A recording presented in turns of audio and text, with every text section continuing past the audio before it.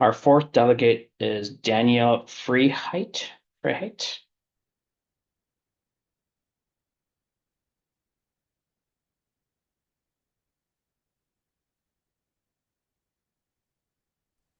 Hello.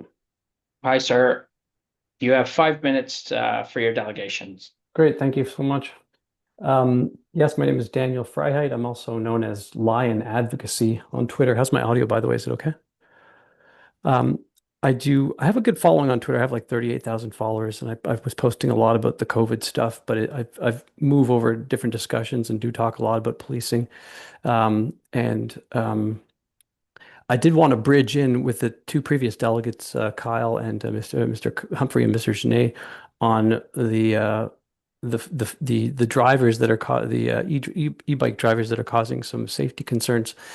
Um, the some of the Mr. Freehite, sorry, before you move forward, is this the delegation that you had presented to the board on Friday? oh yes, sorry, I just while I Yeah, was listening to the other ones, I heard some ideas yeah. that kind of stick to my Okay. delegation. Yeah, please. I think it'd be important if you do. And thank you. Um, okay, in terms of the board and Ottawa Police working with a creative um, additional law enforcement resources, I was looking over the strategic plan, and the challenges that this service is facing is a challenge that a lot of services across the country are going to face in terms of being overloaded and the pressure that is going to be experienced by staff.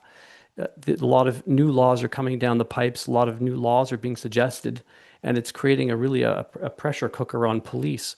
And I talk a lot with police and the stresses that they're facing, all the protests that they have to go attend and getting yelled at on all sides. It's very difficult. And so the question is how can the community, the broader community, get involved in helping ease the burden a bit, the pressure on the police staff, besides what I like to do every now and again, bring an officer a drink or some protein bar, which does add a little morale here and there. But in terms of the real issues, which is the stress and the turnover and the lack of the morale issues facing police, um, especially given the long-term strategic objective, I think what I wanted to promote was this idea of using folks like myself, what I called in my presentation the lawyer advocate. And exactly how is you can get into the finer details, but the idea is that there are folks out there who want to promote an alternative method of law enforcement. And at the end of the day, that's what the lawyers are basically another form of law enforcement. They're just, we do it with papers and words, but same concept, right? You're trying to, in a civil way, ensure compliance with the law.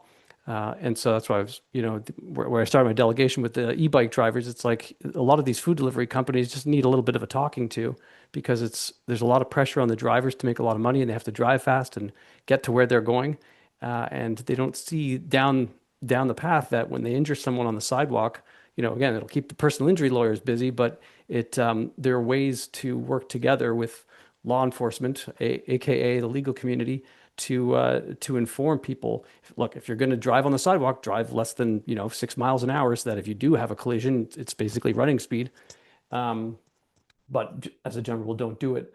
Um, so I just wanted to, yeah, just get my, get the idea out there that there is a way that there are, advocacy groups and online folks that are looking at the new era that's coming down the pipes again, especially with new federal laws.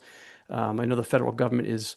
With the buyback program, there's going to be a lot of additional police resources. Hopefully it won't come to that, but that's another area of concern. So, just to leverage and to figure out ways to work with the online community.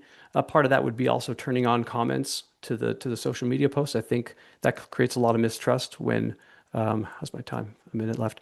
I think that creates a bit of mistrust, and when comments are turned off, I know that some of the comments are offensive, but at the end of the day, I think it's better to see those comments and have the So, intelligence. Mr. Ferrer, if you could just stick to sort of your delegation, what you had delegated. You Oh, only sorry. have a few seconds left, but Sometimes I wing yeah, it. yeah, like I think it's just important because the board reads these and the board, this Right. is sort of the board's. time So that we're spending on this, so it'd be important to stick to your delegation, please. okay, sorry about that. So yeah, just again to work with the online community in ways to ease the pressure on law enforcement and doing that, whereas a lot of volunteers out there or advocacy groups that have the funding to help. So sorry for the Yeah, jumping around. I thank appreciate it. you. Thank you, sir. I see Member Curry has her hand up. Thanks, Daniel. I appreciate you wanted to try to say a lot of things, but what you did say really spoke to me because one of the one of the purposes of the community policing model, so as a city councilor for Canada North, but I speak on behalf of a lot of city councilors, we talk a lot to our community associations, right? And many of them have like a Facebook page, an Instagram page. And then of course there's, some people just like you who just themselves have a very popular page.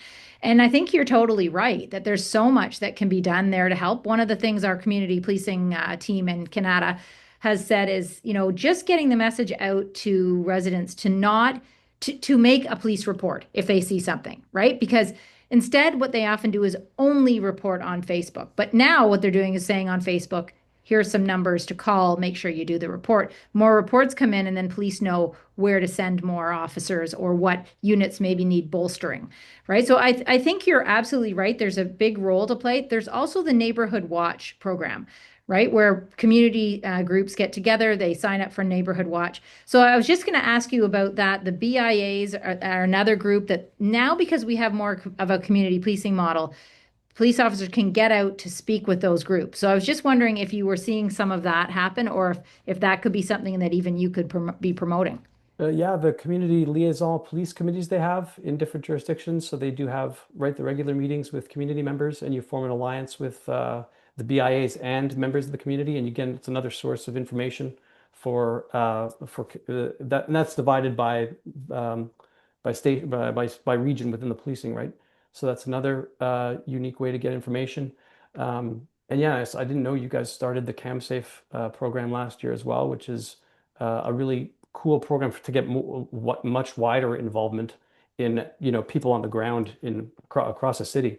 So, but yes, those are some of the initiatives that I think are very effective. Is getting out there in those, CLPC, I think they're called. Great. Well, the more you can do to promote. I mean, I'm thank you trying. very much for all That's you're why. doing. Yep. Thank you. Thank you. Any other questions or comments? So again, on behalf of the board, Mr. Freyhart, we thank you for delegating today, and we know we can sense that you're passionate about many issues, and we do hope that you will consider delegating again as well. Narrower. Well, not narrow necessarily, but just what you presented to the board office. It's just because the board members have read that, and we just want to be efficient in these meetings and ask you the right questions according to the delegation. So it's for that reason. It's just for making sure our meetings are efficient. So thank you again for delegating today.